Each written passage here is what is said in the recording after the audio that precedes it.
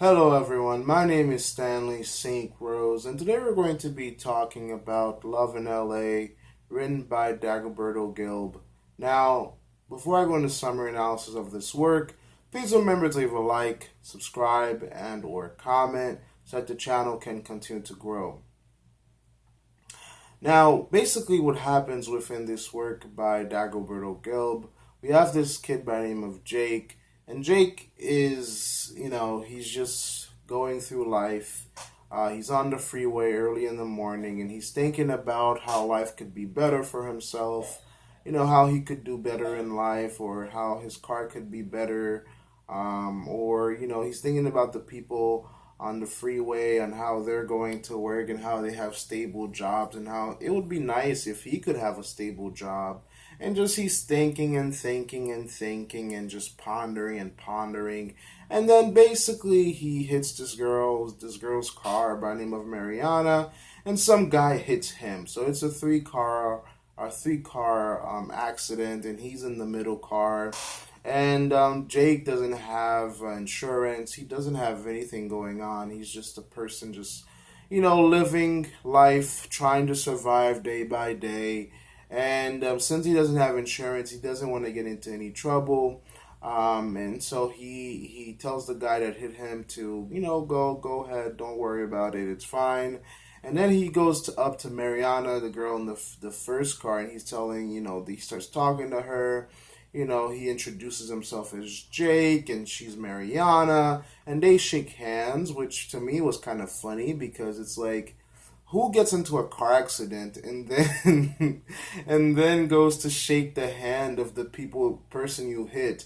No one gets into a car accident, gets out their car and be like, hey, how you doing? I'm Jake. What's your name? What's your name's Mariana? Well, I'm Jake. Let's just shake on it. I just hit you. I hit your car. Your car is, danged up a little bit, but let's grab a cup of coffee. This is what Jake does. He's like, man, you're a very beautiful woman. Let's grab a cup of coffee. Do you do dinner? We should probably do some dinner.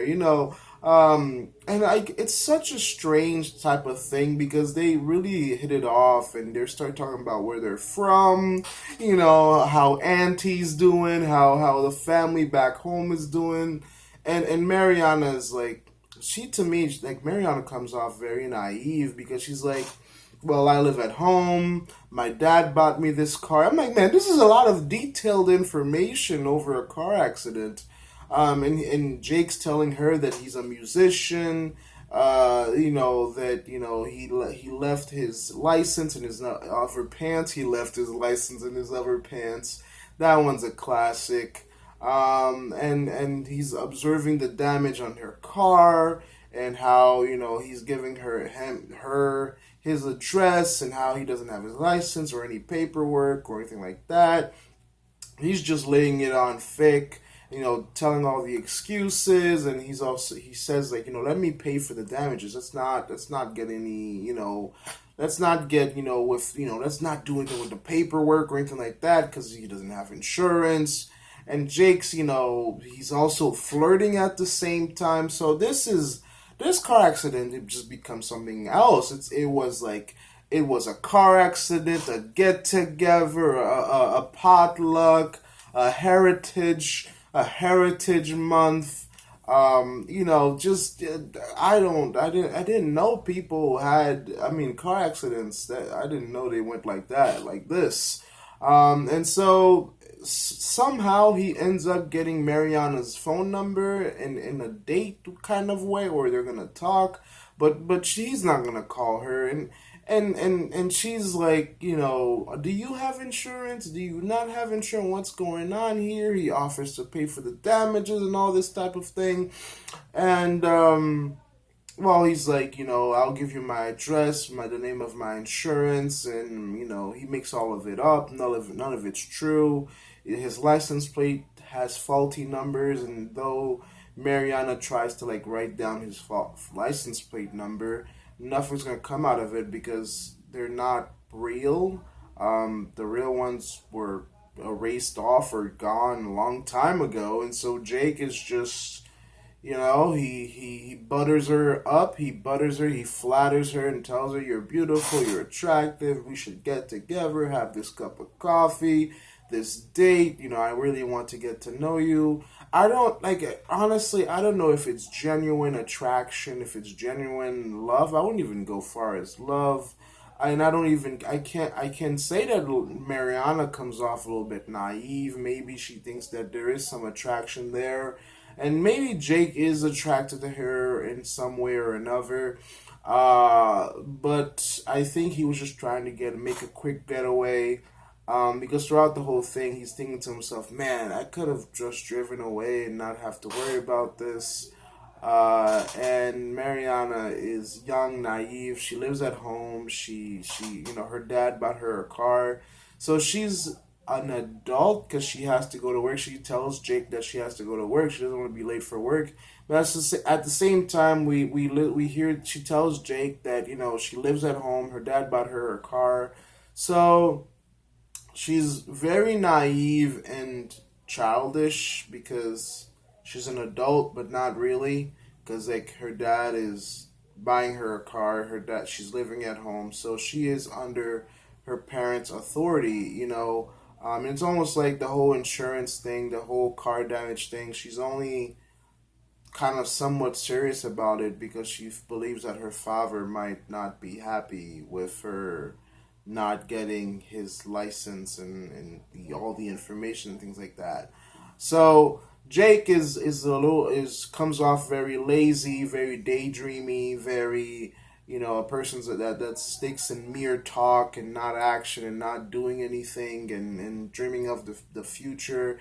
Mariana is young and naive, and her dad's taking care of her.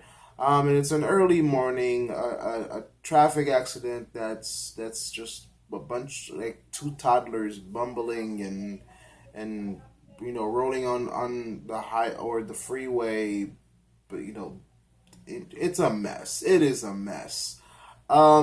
Very interesting. I mean, in terms of analysis, in terms of deeper meaning, I can't. I mean, you see who Jake is, what he's doing, what he's dreaming of, a better life, a better future, and at the same time, he thinks that something's going to happen in the future, but I don't think he's going to do anything to make it happen. I think he's just a dreamer, and the thing is, what happens to dreamers is that they get into accidents.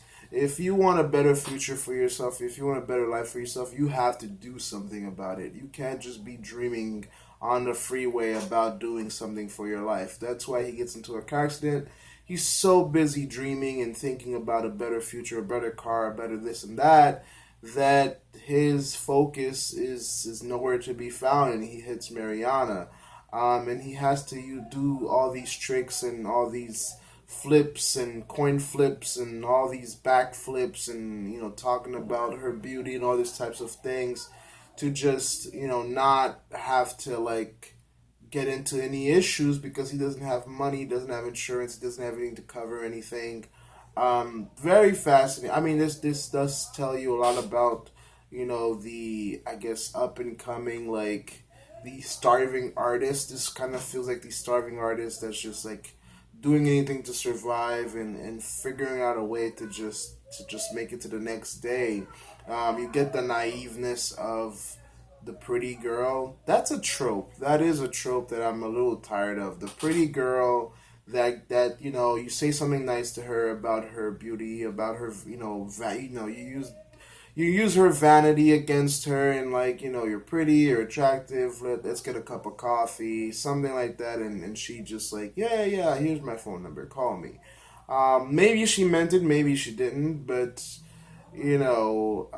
she is tricked, and Jake using his flattery skills, using his so many ways to get out of this situation. Even when she thinks she's being smart by writing down the license plate number, she's not being smart because he's already thought that out, and not having a good license plate number. Um, and well, that's love in L.A. Weird type of love. There is that sense of attraction, but who knows? Who knows? It's all up in the air of maybe. I mean, there's mixed emotions going on. Even when Jake gets back in his car, he's like proud and sad over what he just did, over his performance.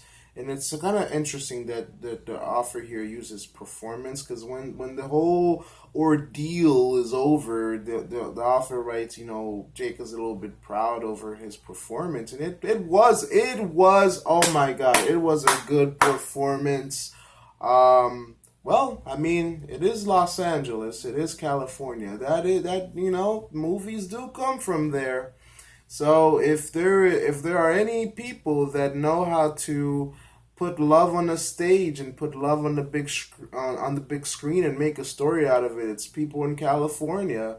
And Jake is definitely an artist, or one of them, where he puts on this scene.